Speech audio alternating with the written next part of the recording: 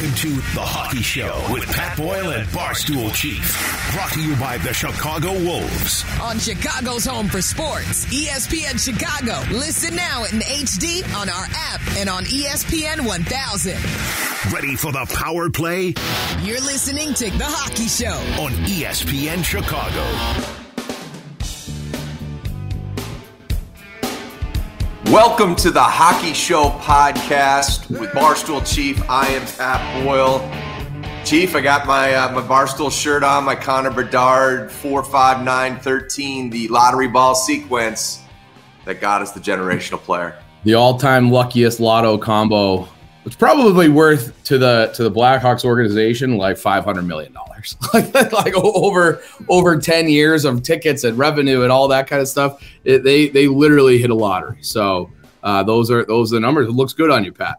Thanks. So okay, you just got back from Nashville. You had a lot going on, opening up a Barstool bar. You did all your different responsibilities for the shows and whatnot. What was the vibe like as far as, because the Blackhawks fans were really well represented at Bridgestone Arena, certainly for that first round. What was the interaction with Chicago fans throughout your week? It was awesome. It was, just pictures on the street, people high-five, and we had a bunch of them come to our bar. So we had like a little watch party that we started at 5 o'clock at Barstool Nashville. And there was a good amount of Hawks fans there who then left and went into the building. The Blackhawks themselves hosted an after party at Assembly Food Hall, which is like just off Broadway there. I don't know, a ton of just a sea of red. It's a mezzanine level. So everybody was there, and everybody's just over the moon. I think we're all just like ready to fast forward to October because it was a great day, and they got the guy, and everybody's so excited. And then they get Oliver Moore too, who I've had conversations with them going back to last fall, that they loved this Oliver Moore. So when Davidson says, "Oh, like we got our guy," and you hear about that often on draft day from GMs across different sports. Oh, like he was way higher on our board. Well, They had him high on the board all the way back in November. So Chief, they had him 10 on their final board. And you heard Kyle say from the moment he got back to the table after they announced Bedard and went through the pomp and circumstance there, he was basically on the phone trying to move up from 19 to get Oliver Moore. And then, as if we thought the luck ended 6 weeks ago with this sequence here, no. Yeah. It just keeps on flowing. They get the fastest skater in the draft, and they don't have to give up anything for it. It comes to them at 19. Everything's coming up, Kyle. It's just, like he's had quite the year. And I got to meet Oliver Moore and his family at that party too, and hung out with his older cousins a little bit, like just good Minnesota, just typical hockey guys. Oliver Moore is like he'll be a popular player in this town because he's got some personality, a little quick wit, easy to talk to, and I think he's in a great spot. Like a lot of times the first round pick, all the eyeballs, all the pressure is on you. He was, he's a bit of an afterthought, even though he's this great player that, in many years would be a top 10 pick. He doesn't have to have the weight of a franchise of being a first-round pick on him. He can go to Minnesota. He's got a room up there with Sam Renzel, who was their first-round pick last year. And I think, so Minnesota's going to be – everybody should be subscribing to Big Ten Network this year. They're going to be on TV a lot, and they're going to be a lot of fun to watch for Blackhawks fans, and they'll be in the World Junior and all that too. So I think he's going to be a very, very nice player. And it's one of those things where even if he doesn't become – a first-line player, he's so fast and so responsible that he'll carve out a role somewhere. He'll be an NHL player, and that's what we talked about. And you've had this quote other places too, where Kyle's like, you get one NHL guy per draft as the average. Well, they at least have two with these guys. So anything after that, I think, is gravy. And I think this team is you can kind of starting to take shape a little bit for the future. And with some of the moves they made, and we'll get into that in just a second. So do you think Oliver Moore was overshadowed a bit by some of the other U.S. developmental players like Will Smith and Ryan Leonard? Totally. And Will Smith, he plays a particular style. He plays a little bit of a, more of a slow down game. Not that he's slow, but he kind of lets things develop, and he's a great playmaker and all that. Oliver Moore, he shoots out of a cannon. So it overshadowed maybe a little bit, but top penalty killer for Team USA. And he flashes when he's on TV, because the speed is undeniable. And it's not just straight. It's not like that kid from the Mighty Ducks 2, like Mendoza or whatever, where you can't stop, or all he does is go in a straight line. Stops, starts, fluid skater too. So he changes direction. Like he's a joy to watch out there, and a guy who he works hard. He works hard. He's a dog on the pucks. So I think he's going to be a very popular player here on and off the ice. Okay, so I want to go back to Bedard a little bit. I've been reading anything and everything that's been written on this kid, and it's amazing, Chief. Like, they've got tournaments to Toronto when he was 10 chronicle. Like, seriously. Like, I mean, it's amazing. I don't know how much you got to hear from him while you were in Nashville, but a couple of times on Wednesday night through various interviews, he'd say something to the effect, "If I make the team." I mean, like, okay, Connor, I'll play your little game here if you make the Blackhawks. But the point being, no ego in this kid. He doesn't expect any handouts. He wants to work hard for everything. It's been a staple of his since it started. His skills coach is the current Vancouver skills coach, has been with him since he's 5. He's always had to work harder than the next guy because of his size, and it is paid off in droves. The other thing that I didn't know about, and I don't know if you knew about, do you know this kid's never had fast food, doesn't eat fast food? I did hear that, yeah. Okay, I'm used to Tom Brady reading, TV 12 and that kind of thing, or players transitioning to a clean diet, later to preserve their careers. I've never heard of a 12 or 13 or 14-year-old when they bring pizzas into the room after they win a tournament in Cincinnati, the kid going, no, I'm good. Yeah. I've got I got organic apricots at home, so I'm fine. How does one eat clean in Regina and all these different places where this kid has been playing hockey over the last several years? Like, I don't know how he did it in Nashville. All they have there is fried chicken. So I don't know how he did it down there either, but you can just tell what kind of guy he is. So I met him briefly to, snap the picture, but then I talked to a couple of his buddies who were in this room, and they were like his trainers. They tell these stories about how he's like just the best kid and the best guy. And one of the trainers was a pretty good hockey player, had a very unfortunate injury, which had a year-long recovery. So didn't see Bedard for a year, finally comes back into the gym where they train, and Bedard gives him like the biggest welcome. How you doing? Miss you so much. Asking about his family. Like, he's just one of those types of guys that, like, he wants to do things the right way, but it's not for show. Like, he wants to be a good guy, and he is. And that's how everybody seems to talk about him.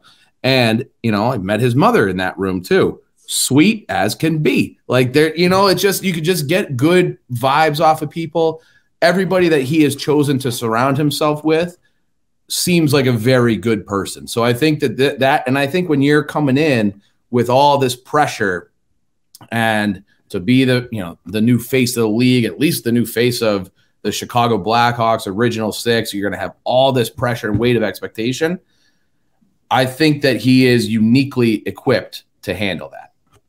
I totally agree with you. By the way, you've talked about kind of the party atmosphere in Nashville.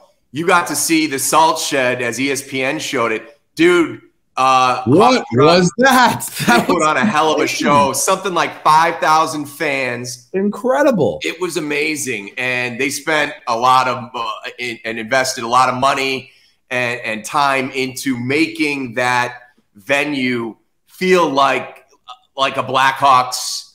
It felt like the United Center on steroids for a party. Bars everywhere. You had Corneliuson singing. You had Foley doing a Bedard call. It was unbelievable party scene, and I thought that they pulled that off. Who else? Oh, I mean, look, you rub shoulders with Bedard, his family. You saw Oliver Moore. Any Blackhawks brass? Any other people you bumped into that you want to tell us about? Yeah, I had a nice chat with Danny Wirtz. I love Danny Wirtz. He's just a good guy too, and you can tell he's hungry for it, and he's a guy. And we were talking. I had a tweet about, all right, now the climb begins, and I love the chase. I love the climb. Like, this is, if you're a fan, getting in now, kind of at like the ground floor or something. And I always, there's this quote I heard one time about pursuing things that are meaningful. Well, now it's like there's no more like, of course they have to build the team and all that, but now there's a path, and you can genuinely pursue your dreams and your goals. And the Blackhawks, Danny's the fourth generation now. The other three have been involved in Stanley Cups, and he wants to be that guy, and who leads this organization to another Wirtz-led Stanley Cup with him at the forefront. And you can see it when you talk to him. He cares so much about the organization. It just makes you feel good as a fan. And I think doing things like the Salt Shed, which that looked incredible. And it's one of those things where it's like, yeah, the last several years have been like, like it's been very, very difficult. And then, but the hunger and the passion for this team in this city is almost unlike anything else. Like, there is like this, it's always kind of percolating. And when lightning strikes, the Hawks in this town, it's incredible. Youth really drives a fan base, right? Like, we saw it in the 08, 09, 2010 days, where the momentum of the team also was reflected in the rinks around the Chicagoland area. Like, you would go into any rink in the Chicagoland area prior to 2010, and there would not be Blackhawks signage or Blackhawks youth hockey camp or what have. There was none of that. 2010 and on, that's all you saw. Every single, and I had kids, growing up in that time, and we were in youth hockey, and what I saw Kane do on Wednesday night, I saw little Johnny do on Friday, trying to do, like, don't do that, Selly. You're not Kane. But that's the way it goes. And all of a sudden, you would go to street festivals in Chicago, and you would see Hawks gear. And you're like, I haven't seen Hawks gear ever during the winter. Now I'm seeing it in July in Roscoe Village. Everywhere. Yeah, and so what I saw at the Salt Shed on Wednesday night was, okay, I saw those kids who grew up in the 10s through 16 who are now in college, or on the other side of that, they're rocking the Saad jersey or the Hossa jersey coming back. But I saw little 5- and 6-year-old kids with Bedard gear on. So, like, it's starting to regenerate and recycle, and life continues and moves forward here, and we're kind of getting another opportunity. Like, we caught lightning in a bottle in 2010. I can't believe we get to live through it twice. It looks like it does. Like, we were so lucky then, and it looks like we're at the beginning of that one more time. And God knows where this is going to go with 98 in the mix. Yeah, and to your point, when I was growing up, okay, like I love the Hawks, but a lot of my teammates and stuff would be like, I'm a Wings fan because the Wings were awesome. I love the Avalanche. I love Sakic. And like me personally, my favorite players were not Blackhawks. Like, my favorite player was Peter Forsberg, and another Avalanche guy, because nobody cared. The games weren't on. And I remember, I think I was probably in college or right before, but it was like those Calder, Bell, Arneson teams. And there was one time where they were sneaking up into the playoff chase with that group. And I remember calling into ESPN 1000. They had a big game against the Wings. And the producer laughed in my face for wanting to. He's like, we're not talking. It's, it's the Cubs or whatever was going on. We're talking about that. We're not talking about the Blackhawks. And now it's just 5,000 plus at the Salt Shed, however many down in Nashville, $15 million worth of season ticket sales, since the lottery. You're right. And then to your point about the youth hockey, there used to be this magazine. I don't get it anymore. I'm not sure if it still exists, but USA Hockey. They would send out a monthly magazine, and they would chart youth participation by state. And you saw Illinois go from in the Kane Taves era, go from that 9, 10, 11 range up to 4th. It's Minnesota, Michigan, Massachusetts, and then Illinois is right in that 4 or 5 range. So that is a real world consequence. And like you're saying, growing a fan base for generations, and now they get to recycle that. And it's having on ice success obviously helps, but it's inspirational type players. People want to play like Kane because he's fun, and they're going to want to do things like Bedard because he's fun and awesome. And so it's the perfect guy to want to get more people involved in the game because they're exciting. All right. So on the last podcast, we talked about the Taylor Hall and the Nick Foligno trade. They end up signing Foligno to a 4-year deal on draft day number 2. 1 year deal. It wasn't 4 years. It was I'm sorry, $4 million 1 year deal. My bad. Yeah. And then on day 2 of the draft, they acquire the rights to Corey Perry. They sign him today to another $4 million 1 year deal. Just as they kind of built a draft board, it's almost like they built a leadership board of over here. Okay, we're going to put Foligno. He's rated here. Corey Perry's rated here. And then they went out and got these guys. I heard an interview with Nick Foligno yesterday, and to hear this guy talk about the opportunity to come here, and his first room was Ottawa, and Luke Richardson was one of the veterans in that group.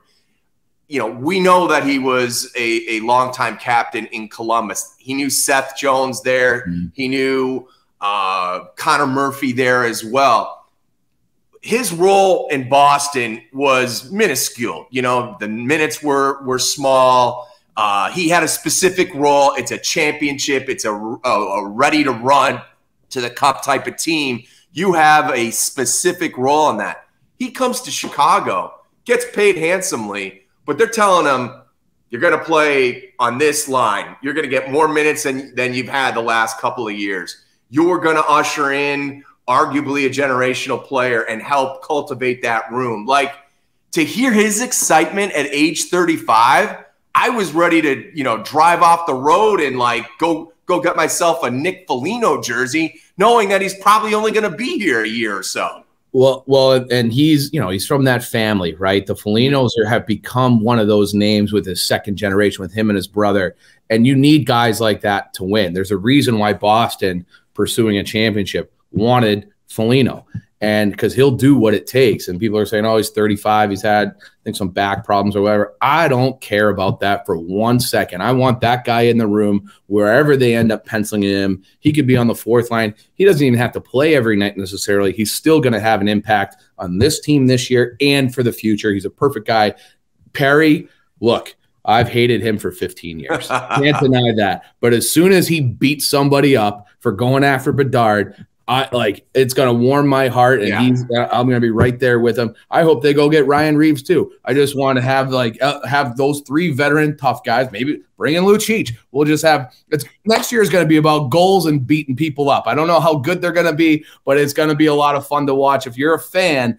And I'll never understand the people who say they don't like the fights. The fights are fun. The fights are a reason to get out of your seat, and I think the Hawks will have a little bit more sand and muscle than they've had in previous years, and it's going to be a fun year. I'm actually also, Pat, I'm starting to think they're not going to be that bad. I don't think they're a bottom 5 team next year. Not with Taylor Hall, not with Bedard. If I think Reichel looks like a nice top 6 player. I don't, they've added some pieces. They bring back Kurashev. Maybe he has a little bit of an uptick. It just depends on the D. Like if the D can mature with Korchinski, Kaiser, Vlasic, I think they'll all be on the team next year. But I think they're going to be fun, but I think they're going to be, probably picking in that 10 to 15 range instead of 0 to 5, which I think is fine. I think that's fine. Yeah. And it's going to be a fun team to watch. As long as and it looks, by all accounts, it looks like they hit on a couple of players, at least from last year's draft. Right. You mentioned Korchinski, Rinzel, and other. We got Nazar coming down the pipeline eventually. This looks like a promising draft that we just finished up.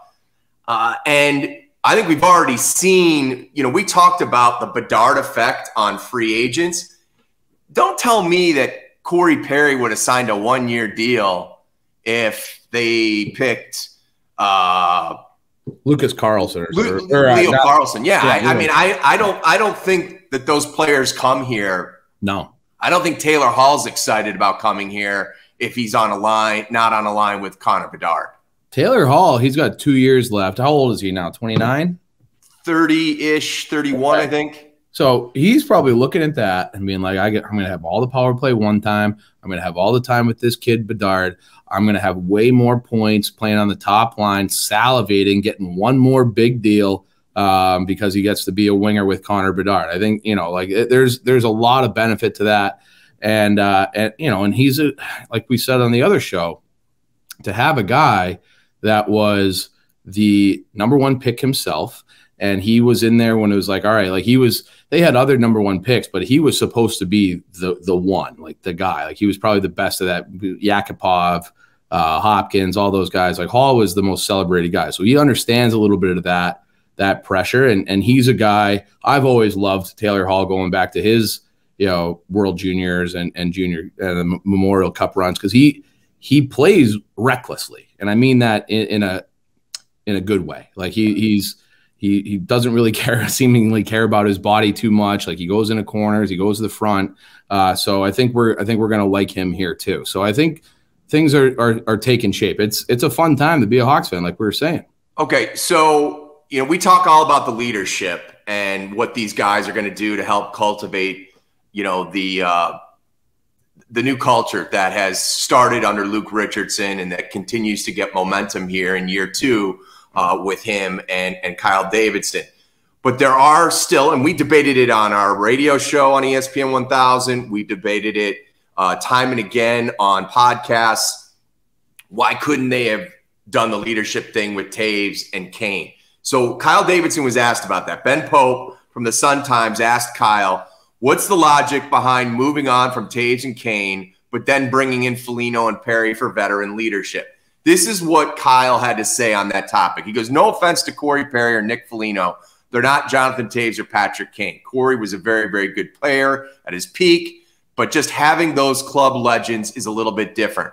Opportunity with Nick and Corey, where they're here on shorter-term deals, gives other players runway to be those leaders and work alongside them rather than just have Jonathan and Patrick there, because they would be the leaders unquestioned, no doubt about it.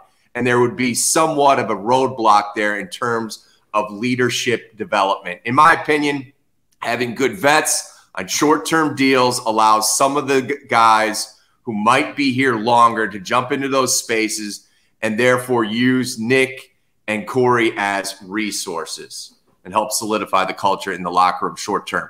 I know you thought Kane would be perfect for Bedard, and I think you can make a strong case for that. When you hear his response, again, this is just another packaged version of what we heard earlier when he made this decision. Are you on board with it or not? Well, it's almost like 3 different conversations, right? Okay. Because I do think that it's probably time for a variety of reasons for Johnny to be done, okay, with this organization. I don't think he'll be playing next year anyways, and I think it's okay to move on from him. And so I get a little – I'm glad Ben Pope asked the question. I wish he would have made it just about Patrick Kane, because I think you're absolutely right. These are separate conversations. Yes.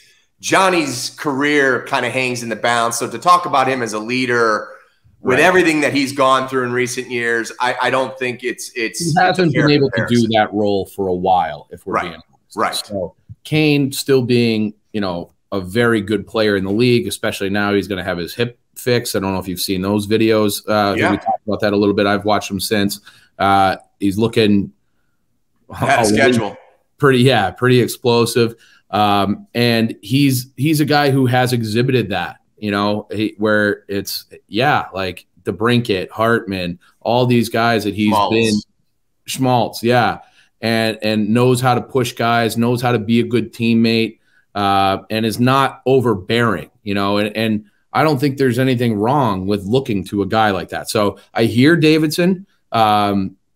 Reasonable people can disagree. I still think Kane is, because there's certainly leadership things that you can learn from Corey Perry and you can learn from Nick Foligno, and I think having those guys in the fold is great.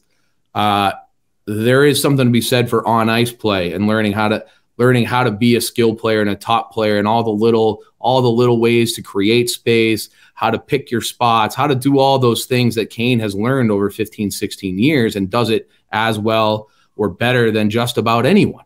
So I think that there is that component. Like he would be perfect. A right shot center with Patrick Kane who can snipe it. I have been longing for that. I thought it was going to be Nick Schmaltz. I've been longing for that combo where a guy can have that, they can do the hold up play at the line with the right shot center kind of pushing people back and setting up one-timers. It's almost like it'd be Schmaltz and DeBrincat in one with Bedard. And it would have been magic on the ice. And I wish that they would have brought him back. I reject the notion that you can't develop as a leader because there's a guy like Patrick Kane there. Like that, to me, I think everybody has played team sports and been around and been watching sports long enough.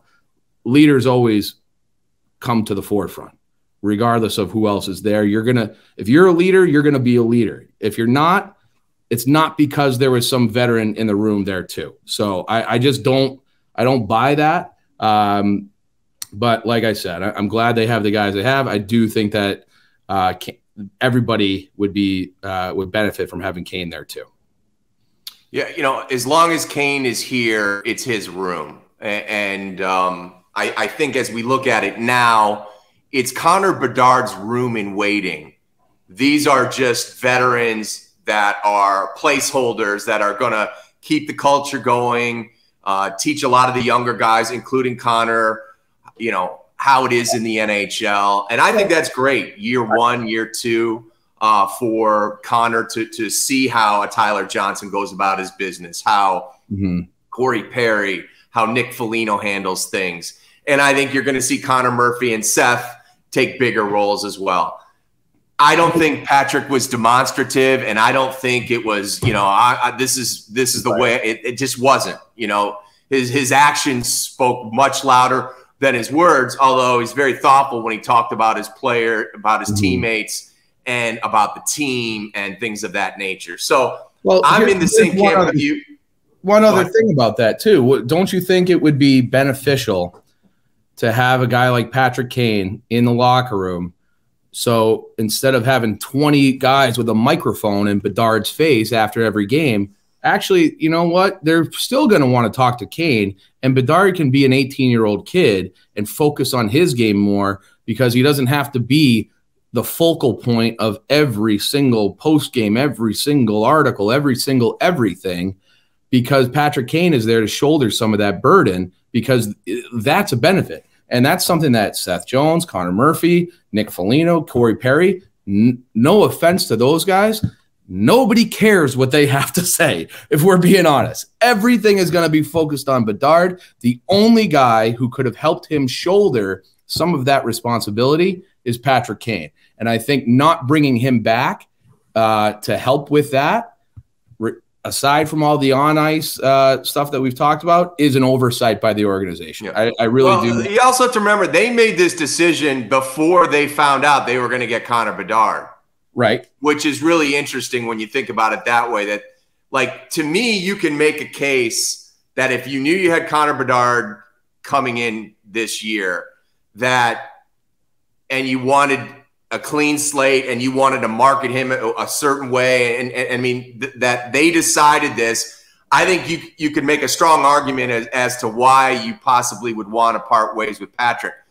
But if you were just going to get Will Smith or Leo Carlson or whoever with the third or fourth or fifth pick, I can make a case of what I would have liked to have had Patrick here for that type of thing. Yeah, I actually think it's more, having Bedard makes it more of a reason to have Kane. The marketing thing, like, figure it out. Like, I think you could come up with some 88 to 98, some kind of, you could come up with something that, and they're going to market themselves, where if you draft one of the other guys. But is that fair? Is that fair to Bedard? Fair to Bedard? Yeah, he's 17.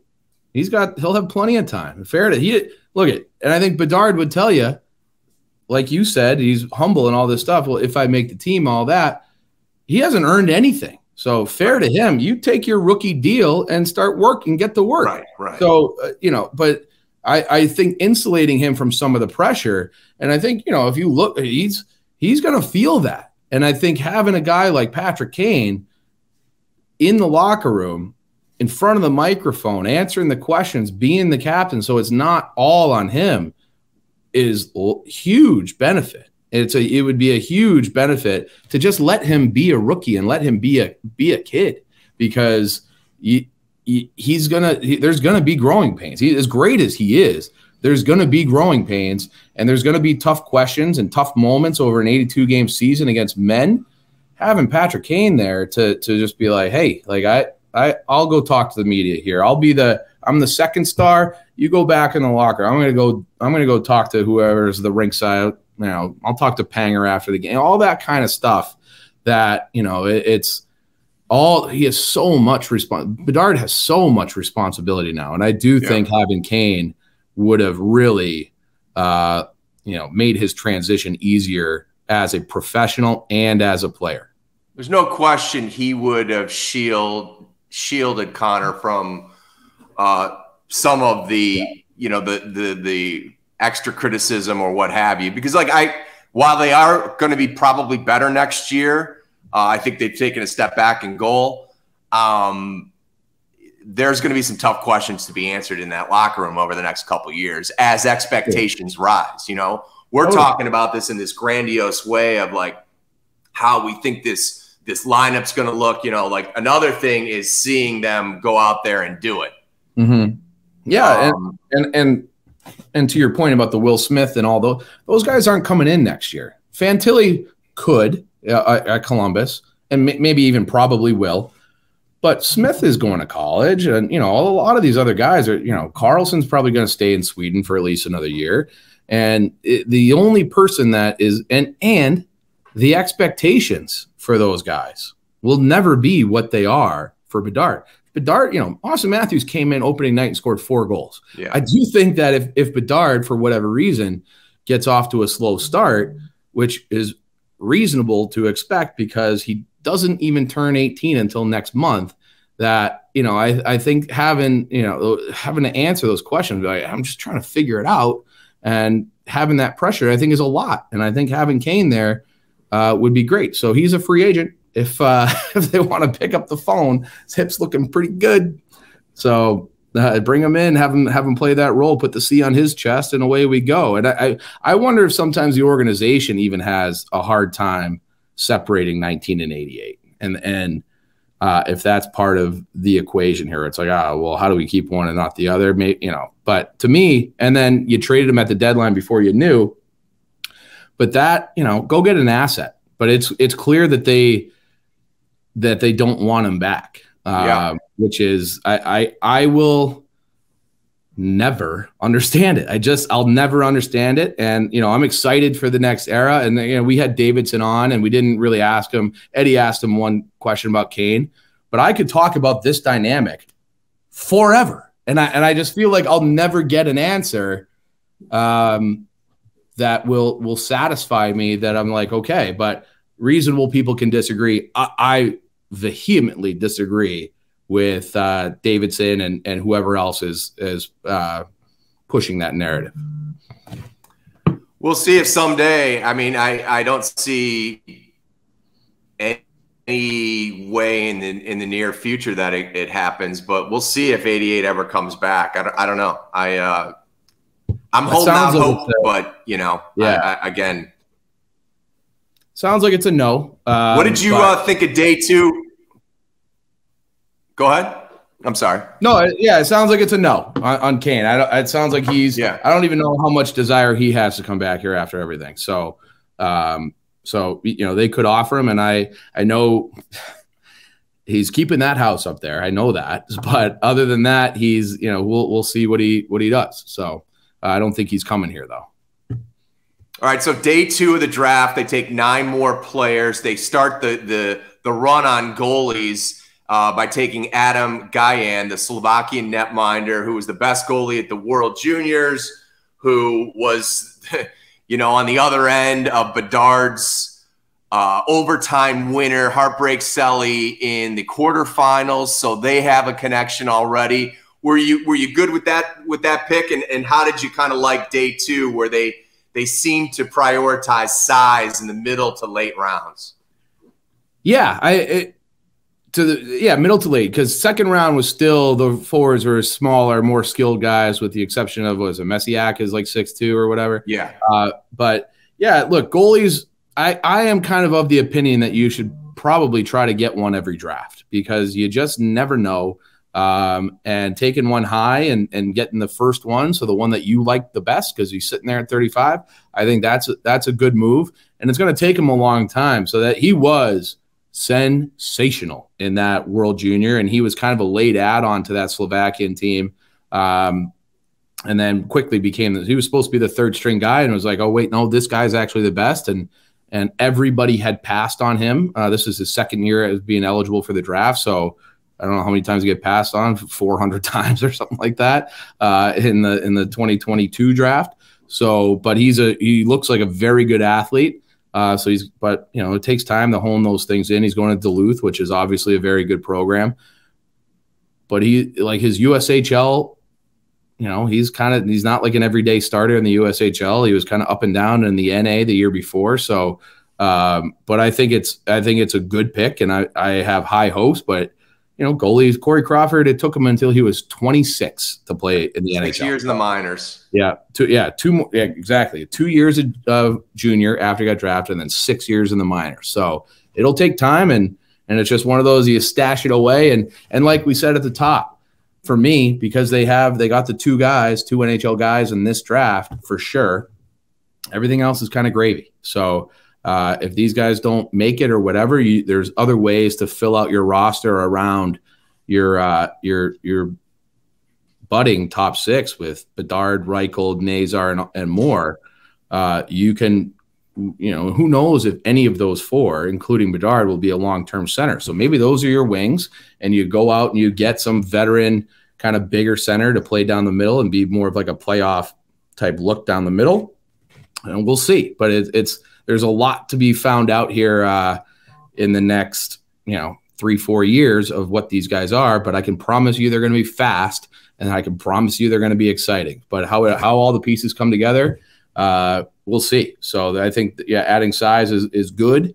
But to me, it's if one of those guys hits, it's a scratch off ticket, it's another a lotto win in a long line this year. Just throwing the stats out on some of the guys they selected: Yuri Felkman, 6'4", 198; Alex Ferran, 6'3", 201; Marcel.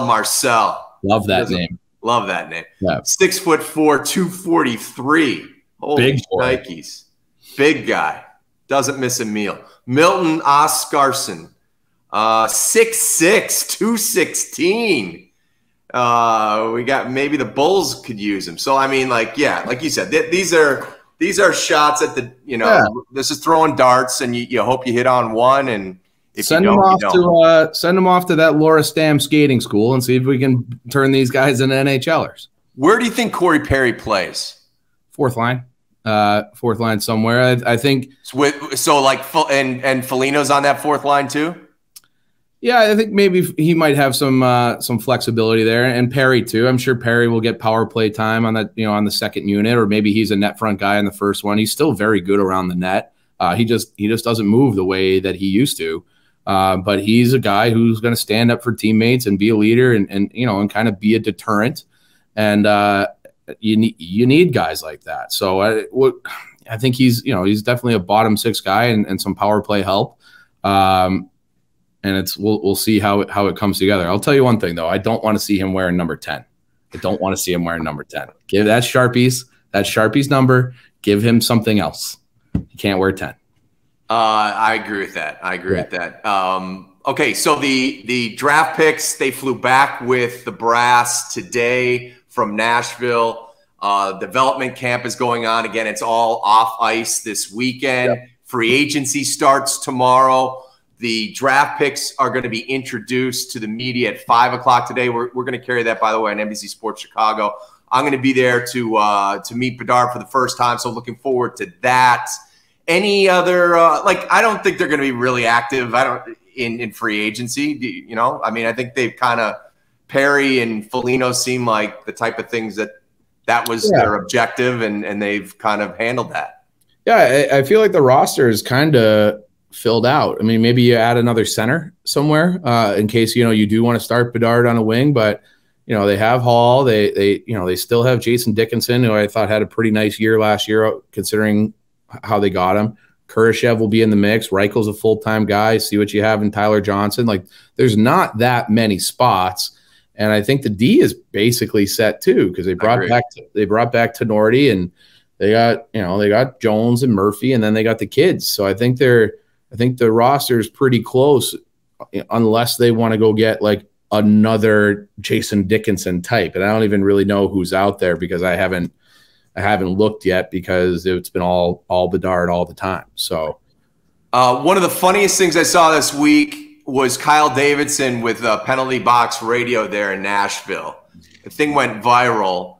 I love a sense of humor with my GM, and I think the fact that he's out on that walk with Jeff Greenberg, that they ask him to do it and he declines, walks, and he goes, "No, I'm going to go back and do it." And go F with him. Yeah. I thought that was fantastic. And how he kept a straight face for that duration of time is the guy's got acting chops. Davidson nailed it. It was very fun. Would you rate your hockey knowledge? I don't know, 4. So some people don't think I know much. Yeah.